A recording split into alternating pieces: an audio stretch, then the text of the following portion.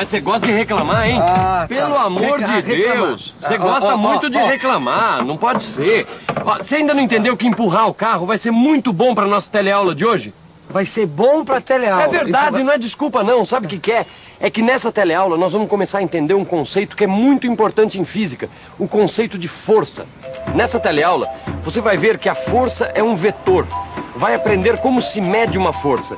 E ainda como descobrir a força resultante.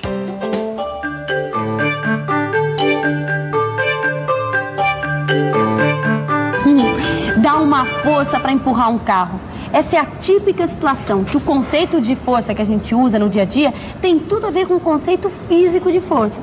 Que afinal, quando a gente puxa ou empurra um objeto, a física diz que a gente está exercendo uma força sobre ele. É isso mesmo, Maristela? Tá perfeito, Rosinha.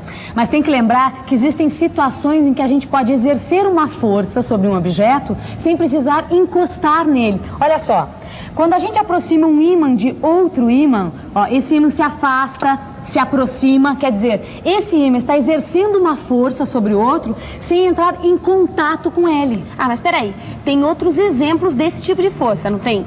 Claro que tem. Você também quer saber? Então lá vai. A força gravitacional é uma força desse tipo, ou seja, ela atua à distância. É ela que mantém a Terra girando ao redor do Sol e também a Lua girando em torno da Terra. Outro exemplo é a força elétrica de atração que faz os elétrons girarem em torno do núcleo do átomo. Mas, independente do tipo, tem uma coisa sobre o conceito de força que é muito importante. É o seguinte, a força é uma grandeza que, para a gente conhecer por completo, não basta saber quanto ela vale. Opa, Vicente, espera aí. Fala. Como é que não basta só saber o valor da força? Dois marmanjos, que nem a gente, empurrando esse carro aqui com uma força que é equivalente, vamos dizer assim, a X. O carro vai se movimentar e a gente não precisa saber de mais nada. Ah, isso é o que você pensa. Vem aqui do meu lado. Vem aqui. E se a gente aplicar essa mesma força X que você está dizendo, só que nesse sentido aqui, ó, querendo empurrar o carro para lá, ó. O que acontece? Ah, é verdade. Quer dizer que com uma força da mesma intensidade, nós vamos obter efeitos diferentes totalmente. Exatamente. Quer dizer, vai depender da direção da aplicação da força. Agora você matou a charada. E toda grandeza que, para ser bem definida, precisa do valor, da direção e do sentido, é conhecida como grandeza vetorial. Ah, bem que eu já tinha ouvido falar que a força é um vetor. Exatamente. Ah, é por isso, para ficar bem definida, a gente precisa saber o seu valor, a sua direção e o seu sentido. Exatamente. E para representar uma grandeza vetorial, normalmente a gente coloca uma setinha em cima da letra que vai indicar esse vetor, compreende?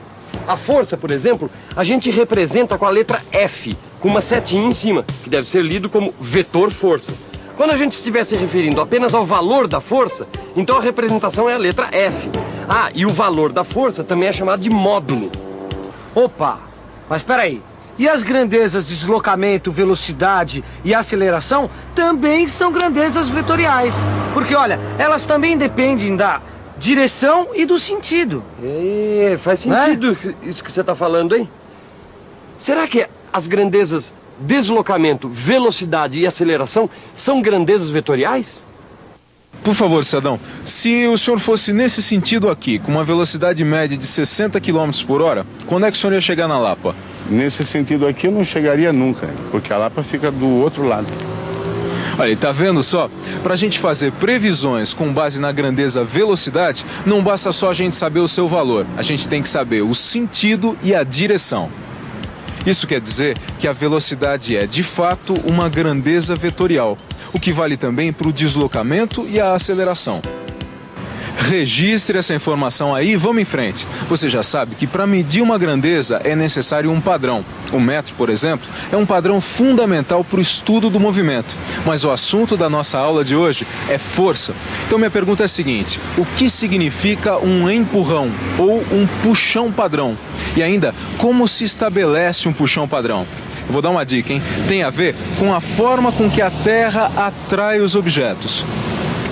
É isso mesmo, Rosinha. A Terra atrai os objetos de maneira distinta. Quanto maior for a massa de um objeto, maior será a força de atração. Bom, foi com base nisso que se pensou numa espécie de puxão padrão. Foi combinado o seguinte padrão: a força que a Terra tem que fazer para atrair um objeto de massa igual a 1 kg é de 1 kg força, ou 1 kgf. Quer dizer, para segurar esse peso de 1 kg, eu estou fazendo uma força de 1 kg força. Entendeu? Mas atenção, o quilograma-força não é a unidade do sistema internacional. No SI, a unidade de força é o Newton. Mas esse é um assunto para a gente estudar noutra teleaula, tá bom? Não, calma lá.